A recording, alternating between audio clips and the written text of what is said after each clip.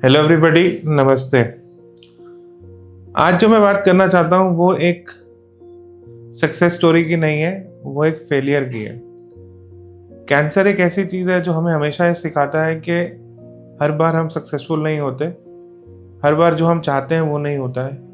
हमारे बहुत सारे एफर्ट्स करने के बाद, हमारे एफर्ट्स, पेशेंट के एफर्ट, पेशेंट के फैमिली की सपोर्ट, एफर्ट, रिसोर्सेज, एक्सपेंस सब कुछ करने के बाद भी बहुत बार ऐसा होता है कि हम रिजल्ट्स नहीं दे पाते। इसमें एक जो एक्सपीरियंस है वो एक मतलब late 50s gentleman who came to us with advance tongue cancer. मतलब आगे से पीछे बेस भी इन्वॉल्वमेंट थी, कोमॉर्बिडिटी में डायबिटीज था उनको, बहुत मतलब uncontrol kind of diabetes. Plan ये किया कि पहले क्योंकि एडवांस टंग कैंसर है, बेस इन्वॉल्वमेंट है, तो पहले कीमो देके देखते हैं। और फॉर्चुनेटली कीमो के साथ हमने इम्यूनो भी ऐड किया और रिजल्ट बहुत अच्छा आया। मतलब विद इन 6 to 9 वीक्स ऐसा था कि बेस पूरा क्लियर था, आगे टंग का कैंसर काफ़ी छोटा हो गया था। ऐसा लग रहा था कि हमें कोई फ्लैप या रिकंस्ट्रक्शन की भी ज़रूरत नहीं पड़ेगी। बट जब सर्जरी की प्लानिंग की बात आई तो somehow the patient's family and the decision was made otherwise. They did not want to go for surgery. We also suggested कि अगर आप सर्जरी नहीं करा रहे हैं तो आप एटलीस्ट रेडिएशन करा लीजिए, क्योंकि ये जो बेनिफिट मिला है वो एटलीस्ट आप उसको हम कैपिटलाइज तो कर लें। But somehow we lost connect with the family, and after 2.5 months when the patient again came back to us, उस टाइम पे कैंसर फिर से बढ़ गया था और इस टाइम पे उससे भी एडवांस स्टेज पे था जो पहली बार था। Patient was in severe pain. और इसमें एक चीज़ बहुत इंपॉर्टेंट है जो हमें हमेशा इस चीज़ का ध्यान रखना चाहिए, वो ये है कि अगर कैंसर की बायोलॉजी है, अगर जब हम कीमो या कुछ न्यू एडजुवेंट थेरेपी देते हैं और कैंसर श्रिंक करता है, और अगर हम उस टाइम पे डेफिनेटिव कोई ट्रीटमेंट नहीं करते हैं, तो जब कैंसर वापस आता है वो रेजिस्टेंट क्लोन होता है, क्योंकि जिसने कीमो पे रिस्पॉन्स करना था वो तो खत्म हो गया। अब जो बच गया वो वाला सेल है जो कीमो पे रिस्पॉन्ड नहीं किया, तो जो रेजिस्टेंट क्लोन है वो और एग्रेसिव होता है।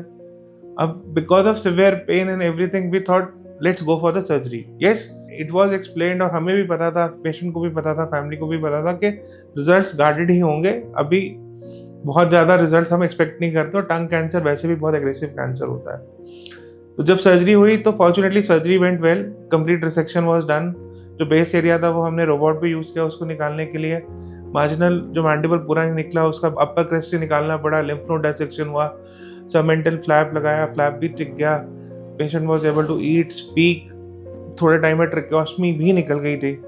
तो रिजल्ट्स वर फाइन। फिर हमने जब उनको बोला कि चलो अब आगे रेडिएशन के लिए जाओ, तो हमारे रेडिएशन कोलीग का कॉल आया कि नहीं इसमें ना दूसरी साइड भी नोड आ गए हैं। तो फिर हमने उनको फिर से सर्जरी के लिए लिया, दूसरी साइड के लिम्फ नोड्स भी निकाले और फिर हमने उनको कीमो रेडिएशन के लिए भेजा। Chemo radiation went well. देखिए डिफिकल्टीज थी क्योंकि खाने में दिक्कत ऑलरेडी थी, टंग की मूवमेंट नहीं थी, उसके बाद रेडिएशन इंड्यूस जिरोसिस, अल्सर, ये सारी प्रॉब्लम्स, कीमो के अपने इश्यूज। तो बट समहाउ वो टॉलरेट हुआ, ट्रीटमेंट कंप्लीट हुआ, and for next 6-8 months the patient was doing fine. थोड़ी बहुत ही प्रॉब्लम थी बट रिकवरी हो रही थी, अच्छी हो रही थी। बट फिर सडनली फिर से जो इप्सिलैटरल साइड है वहाँ पे पेन शुरू हुआ, काफ़ी पेन था। तो जब हमने इवैल्यूएट किया तो उसमें पता लगा कि वो जो जॉ बोन है वो ऑस्टियोरेडियो नेक्रोसिस हो गया, रेडिएशन इंड्यूस नेक्रोसिस है, कैंसर नहीं है। बट अगेन उसको पेन और ORN का जो पेन है, ऑस्टियोरेडियो नेक्रोसिस का जो पेन है, वो ज़्यादा सिवियर होता है और ये कैंसर से भी डिफिकल्ट है ट्रीट करना। फिर इनको हमने रीसर्जरी लिया। रीसर्जरी में हमने जो अफेक्टेड जॉ बोन थी वो निकाली और वो वुंड ओपन छोड़ा ताकि कुछ, क्योंकि हम पहली बार में अगर हम कोई रिकंस्ट्रक्शन या फ्लैप ऐसा कुछ करेंगे तो वो टिकता नहीं है, हील नहीं होता है। उसके ऊपर फिर हम, क्योंकि पोस्ट रेडिएशन बेड है, फिर हमने कहा कि चलो सेकेंडरी हीलिंग होगी, ड्रेसिंग करते हैं। इवन हाइपरबैरिक ऑक्सीजन भी ट्राई किया, बट वो फिर जो हमने देखा कि वेसल्स एक्सपोज हो रही हैं, तो फिर हमने सेकेंडरी डिब्राइडमेंट किया और साथ में फ्लैप भी लगाया। और क्योंकि न्यूट्रिशनल डेफिशिएंसी थी, हम चाहते थे कि हीलिंग और अच्छी हो जाए और पोस्ट रेडिएशन बेड सारा कुछ। तो हमने अपने गैस्ट्रोएंटरोलॉजिस्ट कोलीग को बोला कि अगर आपको लगता है तो पैक डाला जा सकता है, तो हमने फिर पैक डलवाया उनसे।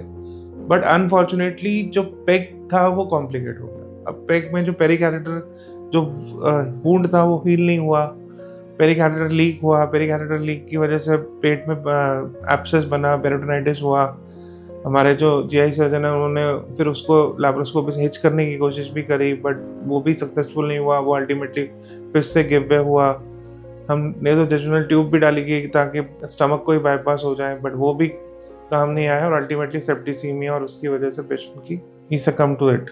सो फैक्टर्स काफ़ी थे, मतलब ऑब्वियसली बैकग्राउंड है कैंसर का, 2 बार कीमो, रेडिएशन और उसके बाद खाने में प्रॉब्लम, ये सारे इश्यूज, बैकग्राउंड डायबिटीज़ का, और इतनी अच्छी हीलिंग नहीं थी। बट यही चीज़ है कि मतलब इसमें कोई ये नहीं है कि there's somebody at fault, everybody tried it, his or her the best, and I just feel that somehow we were not able to win this battle, and I hope कि अब इसके बाद जो है he is peaceful, and I really pray that may his soul rest in peace, and now at least the pain is not there. तो वो एक important learning है हमारे लिए भी, और यही एक छोटा सा चीज़ था जो I thought to share with you, because ये चीज़ हमें भी एक्सेप्ट करनी चाहिए और हम करते भी हैं कि it is not every time we succeed, we do fail, and a lot of times we fail in cancer. Thank you.